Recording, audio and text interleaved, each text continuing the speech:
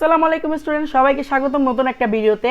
তো আজকে ভিডিওর টাইটেল এবং থাম্বনেল দেখে বুঝে গেছো যে আমরা কি সলভ করতে যাচ্ছি। আজকে আমরা হায়ার ম্যাথের অনুশীলনী 8.3 এর যে 12 নম্বর প্রশ্ন আছে, 12 নম্বর প্রশ্নের ভিতর 4টা ম্যাথ রয়েছে সামথিং। এই 4টা ম্যাথকে আমরা সলভ করব এবং এই ম্যাথের সমস্যাগুলি সমাধান করব এবং অ্যান্সার নির্ণয় করব।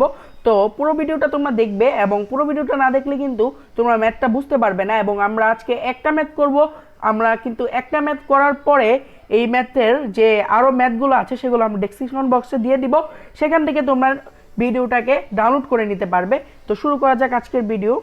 তো ফার্স্টে আমি এই ম্যাথটার যে জায়গায় আমাদের সমস্যাটা হচ্ছে স্টুডেন্টদের সেটা বলছি। আচ্ছা, এটা কিন্তু আমরা রিপিট করছি, যারা জানো না এই অধ্যায়টা এর আগে আমরা শেষ করে ফেলেছি। তো স্টুডেন্টদের অনেকেই বলছে যে এটা রিপিট করা দরকার, তো এই অধ্যায়টা আমরা রিপিট করছি। তো আমরা এখন 12 নম্বর ম্যাথটা করব। 12 নম্বর ম্যাথের ক নাম্বার বা আই নাম্বার রোমান সংখ্যায় এটা আমরা সলভ করব। তো এইখানে আমাদের এই শর্তটা মোতাবেক ম্যাথটা করতে হবে। অনেকে কিন্তু এই শর্তটাতেই ভুল করে, যার কারণে আবার অনেকে এই শর্তটা বুঝতেই পারে না। তো এখানে শর্তটা কি বলেছে, এখানে বলেছে থিটার মান 0 ডিগ্রির থেকে বড় হবে এবং এইখানে 180 পায়ের মান এবং 180কে 2 ভাগ করলে 90। তো 90 ডিগ্রি থেকে থিটার মানটা ছোট হবে। 90 এর পার হওয়া যাবে না, 91 92 হওয়া যাবে না, 90 এতে থাকতে হবে, 90 এর নিচে থাকতে হবে। যদি এইখানে এই চিহ্নর মধ্যে একটা দাগ দেওয়া থাকতো নিচে, তাহলে আমরা 90 পর্যন্ত নিতে পারতাম। তার মানে 90 এর উপরে যাওয়া যাবে না, 90ও হওয়া যাবে না, 90 এর নিচে থাকতে হবে, তাহলে আমাদের ম্যাথটা হবে। তো এখন আমরা ম্যাথের প্রশ্নটা দেখে নেব। ক নাম্বারে আমাদেরকে বলা আছে 2 cos square theta equal to 1 plus 2 sine square theta. এই ম্যাথটা কিন্তু অনেকটাই সহজ এবং এই ম্যাথটা যারা এর আগে করেছো রিভিশন ক্লাসের প্রথমেই তোমরা এটা শিখে যাবে। তো এখানে আমরা সমাধান লিখে ম্যাথটা শুরু করব। তো ফার্স্টে আমরা ম্যাথটা উঠিয়ে নিলাম, এখন আমরা বা দিব। বা দেওয়ার পর এখানে দেখো আমরা যেটা করেছি, আমরা করেছি এখানে 2 cos স্কোয়ার থিটা ছিল। তো 2 cos স্কোয়ার থিটাকে আমরা রেখেছি এবং এইখানে 2 সাইন স্কোয়ার থিটা প্লাস ছিল, যেটাকে আমরা মাইনাস করে নিয়ে এসেছি এইখানে। তো মাইনাস করার পর আমরা এখানে কি করলাম, মাইনাস করার পর যে আমাদের 1টা ইকুয়ালের এই পাশে থেকে যায়, তো 1টাকে আমরা ইকুয়ালের এই পাশে রাখবো। আর এইখানেও 2 cos square minus 2 sine square theta. তো এইখান থেকে আমরা একটা 2কে কমন নিয়েছি এবং ব্র্যাকেট দিয়ে sine square minus cos square minus sine square থিটাকে লিখে নিয়েছি। এরপর আমরা যেটা করব, এখানে 2 থাকবে, কস স্কোয়ার থিটা থাকবে, এখানে মাইনাস ছিল সাইনের এখানে, তো মাইনাসটাকে আমরা রাখবো। এখন সাইনের পরিবর্তে সাইনটাকে আমরা পরিবর্তন করে দিব। ব্রাশটা ভালো মতো কাজ করছে না, তো সাইনটাকে আমরা পরিবর্তন করে দিব। সাইনের পরিবর্তে আমরা এখানে পরিবর্তন করে লিখেছি 1 মাইনাস কস স্কোয়ার থিটা, যেটা সাইন স্কোয়ার থিটার পরিবর্তে লেখা যায়। এবং আমাদের এখানে 1 ছিল, যেটাকে আমরা 1টাকে কন্টিনিউ করব। এরপরে আমরা যেটা করব, এখানে 2 cos স্কোয়ার থিটা ছিল, এখানে মাইনাস ছিল, মাইনাস ব্র্যাকেটটা উঠিয়ে দিয়েছি, 1 ছিল 1, এখানে মাইনাস ছিল, যেটা এই লাইনে প্লাস হয়ে গেছে, ঠিক আছে।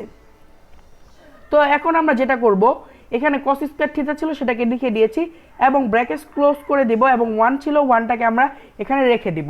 এরপর আমরা যেটা করব সেটা হচ্ছে এখান থেকে আমাদের এই জায়গাটাতেই সবার বেশিরভাগ সমস্যা হয় যে এই লাইনটা থেকে এই লাইনটা হলো কিভাবে। তো এই লাইনটা থেকে এই লাইনটা হওয়ার কারণ আছে এবং সেই কারণটা আমরা এক্সপ্লোর করব। সেটা হচ্ছে এখানে আমাদের 2 ছিল, 2কে আমরা রেখে দিব। এরপরে এখানে আমরা দেখতে পাচ্ছি যে cos square theta plus cos square theta plus, তাহলে এখানে হচ্ছে 2 cos স্কোয়ার থিটা, যেটাকে আমরা রেখে দিব। এবং আমাদের -1 ছিল, 1কে রেখে দেব, ব্র্যাকেট ক্লোজ করে আমরা এই 1টাকে যেটা ছিল সেটাকে রেখে দিব। এরপরে আমরা করব কি, আমাদের 2 cos স্কোয়ার থিটা ছিল ব্র্যাকেটের ভেতরে এবং ব্র্যাকেটের বাইরে ছিল 2 আর 2 গুণ করে 4 cos স্কোয়ার থিটাকে আমরা রাখবো। এবং এখানেও দেখো 2 আর 2 গুণ করলে কিন্তু 4 cos স্কোয়ার থিটা হচ্ছে। আর আমাদের এখানে যখন ব্র্যাকেটের বাইরে একটা 2 ছিল, 2টাই -1 এর সাথে গুণ হয়ে গেলে -1 এর সাথে 2 গুণ করলে -2 হচ্ছে এবং -2টাকে আমরা রেখে দেব এবং আমাদের 1টা যথারীতি আমাদের ইকুয়ালের ওই পাশেই থাকবে। এরপর আমরা যেটা করব, cos স্কোয়ার থিটাকে রাখবো, -2টাকে আমরা এইখানে -2টাকে আমরা এই পাশে পাঠিয়ে দিব। তো এইখানে -2টা প্লাস হয়ে যাবে এবং 1 + 2 = এইখানে 3 হবে। তো তো 3 হওয়ার পর আমরা যেটা করব 4 ছিল এখানে আমাদের 2 আর 2 গুণ করলে 4 হয় 4 cos স্কয়ার থিটা বাই 3। তো এখানে 4 cos স্কয়ার থিটার 4টাকে আমরা এখানে পাঠিয়ে দিব। 4টাকে পাঠানোর পরে আমরা যেটা করব cos স্কয়ার থিটা থেকে যাচ্ছে এবং স্কয়ারটাকে আমরা পাঠিয়ে দিব, যার কারণে এখানে একটা প্লাস মাইনাস বসে যাবে এবং প্লাস মাইনাস বসার পরে এখানে যেটা হয়েছে √4 ইকুয়াল টু 2 হচ্ছে। তো √4 ইকুয়াল টু 2 হবে এবং √3 ইকুয়াল টু কিন্তু আমাদের পয়েন্ট চলে আসছে, যেখানে আমরা পয়েন্ট নিতে পারবো না এবং প্লাস মাইনাস থেকে যাবে। তো এখানে √3/2 হবে। কিন্তু এখানে যেহেতু আমাদের থিতার মানটা 0 থেকে ছোট হতে পারবে না, 0-র ওপরে হবে এবং 90 ডিগ্রির নিচে হবে, সেহেতু কসের মান ঋণাত্মক হবে না। যেখানে প্লাস মাইনাস দেওয়া আছে, যে আমরা প্লাসও নিতে পারবো এবং মাইনাসও নিতে পারবো।